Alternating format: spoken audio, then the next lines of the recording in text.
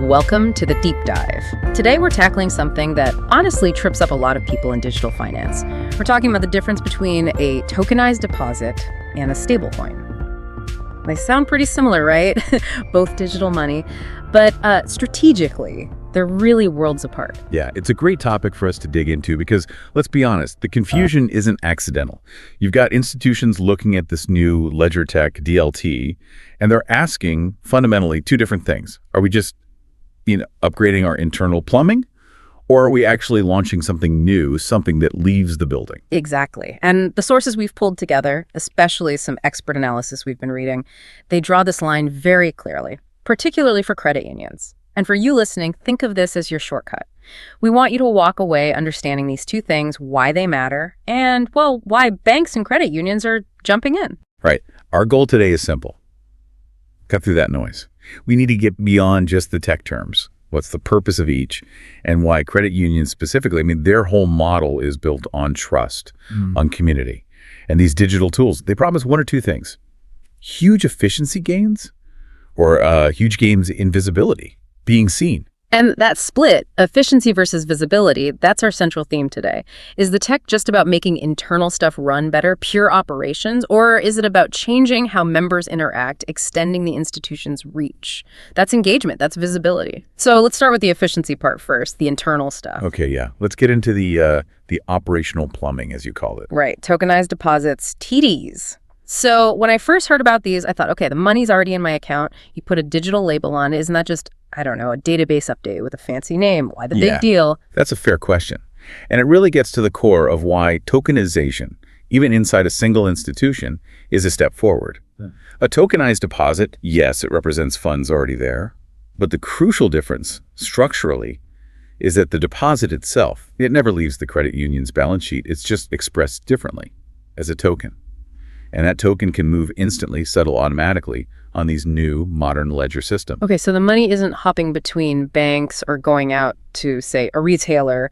It's just moving much, much faster within the system it already belongs to. Exactly. The experts call this closed loop. Think of it like a super efficient internal highway. Maybe it connects the credit union and its main correspondent bank, or maybe a small group of partner institutions. But it's contained. Its main job: instant internal settlement, no waiting. Which makes the TD inherently inward-facing. As a member, I log into my app, I probably see nothing different. My balance looks the same, my relationship feels the same. The change is all behind the scenes in how the institution manages its own operations. Precisely. And if you think about the ROI, the return on investment, it's not about new member features initially. It's about stopping the bleeding, the cost of reconciling transactions. Moving money, even just between internal departments or systems, can be slow, messy, expensive. TDs make that settlement real-time, atomic, instant. Got it. So the concrete benefits are all operational savings and speed. Real-time reconciliation, check. Instant settlement between branches or internal ledgers, check. And better liquidity management because they know exactly where their money is, second by second. It makes the existing setup way faster and cheaper. That's the bottom line for TDs. They are about streamlining workflow, improving treasury functions. They modernize the back office, the infrastructure. But they don't really change the product the member sees or uses. Okay, that sets up the contrast perfectly for the other side of the coin. If TDs are about keeping existing money inside, just moving it faster for efficiency, let's talk about when the goal is to change the member experience. Let's talk credit union-backed stablecoins, CUBS. This is the traveling money idea, right? Right, the whole architecture shifts with CUBS. A TD, remember, is just a different way to track an existing liability internally. A credit union-backed stablecoin, though, that's a brand new digital token the institution actually issues. It's backed one-to-one, usually by deposits or reserves held right there at the credit union, but its whole purpose is to move outside. So the key word here is interoperability. Unlike the TD, the CUBS is designed to leave the nest, basically, to travel. Absolutely. Interoperability is the name of the game. That token needs to move easily between members, maybe into different apps or platforms, across different credit unions that agree to accept it. It's not locked into that single closed system we talked about with TDs. It's built to operate beyond the institution's direct control. Okay, that's outward facing. This is where you start seeing completely new things for members. It's not just speeding up the back office anymore. It's about engagement. What are the big examples the sources point to here? Well, the main thing is instant consumer functions that just aren't easy today. Think truly instant peer-to-peer payments, P2P. where the money is usable the second it arrives, no more 3-day holds between different apps or banks. Or think about paying merchants directly, on demand. Or even programmable rewards loyalty points that actually spend like cash.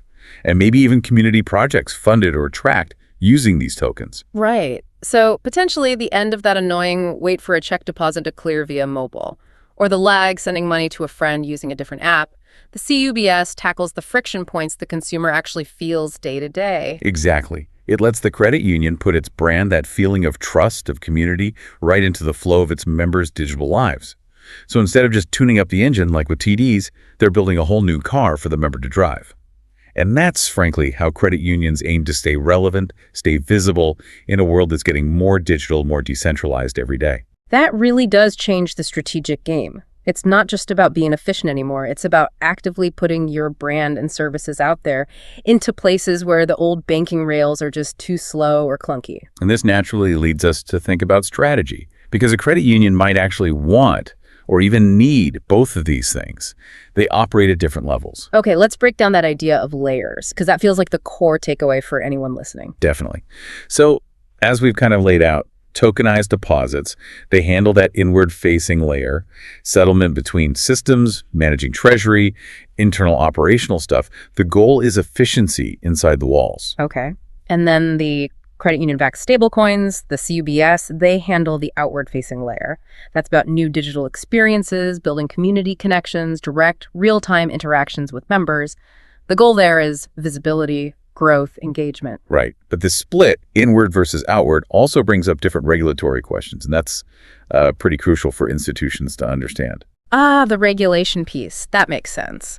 The risk profile must be different depending on whether the money travels freely or stays put. How does that break down? For tokenized deposits, it's relatively straightforward, regulatorily speaking, because the funds, remember, stay within the credit union's insured balance sheet. They're basically just a faster way of tracking existing insured deposits. The risk to the member or the system doesn't fundamentally change much. It's familiar territory for regulators. Because the money never really leaves the vault, so to speak. Yeah. Even with the digital wrapper, it's contained. Correct. Now, the moment you issue a CUBS designed to travel, that risk calculation changes. It has to.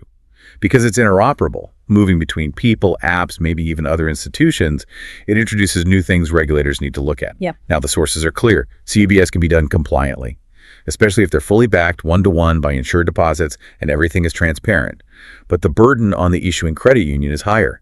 You've got external disclosures, reserve transparency, managing the complexities of an interoperable token circulating out in the wild. It sounds like the TD is the maybe safer first step, the necessary upgrade for efficiency, while the CUBS is the bigger leap, higher potential reward in terms of growth and relevance, but also higher complexity and regulatory scrutiny.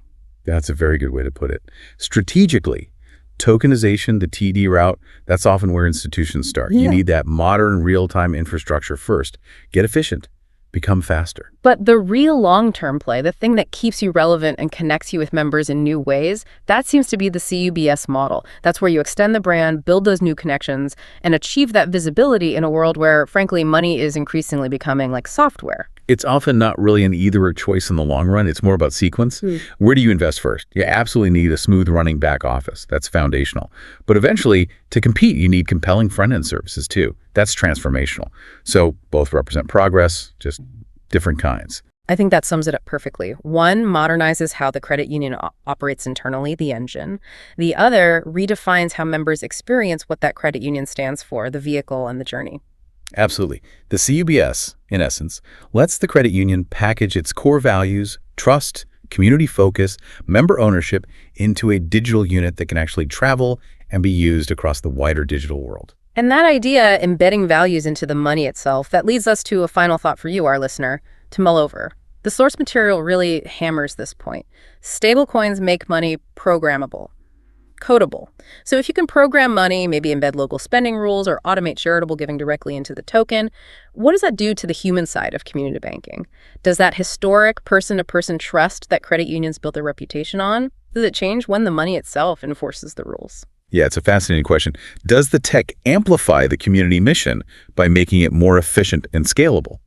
Or does automating those interactions somehow lessen the human connection? Could a credit union become an even better digital hub for its local community this way?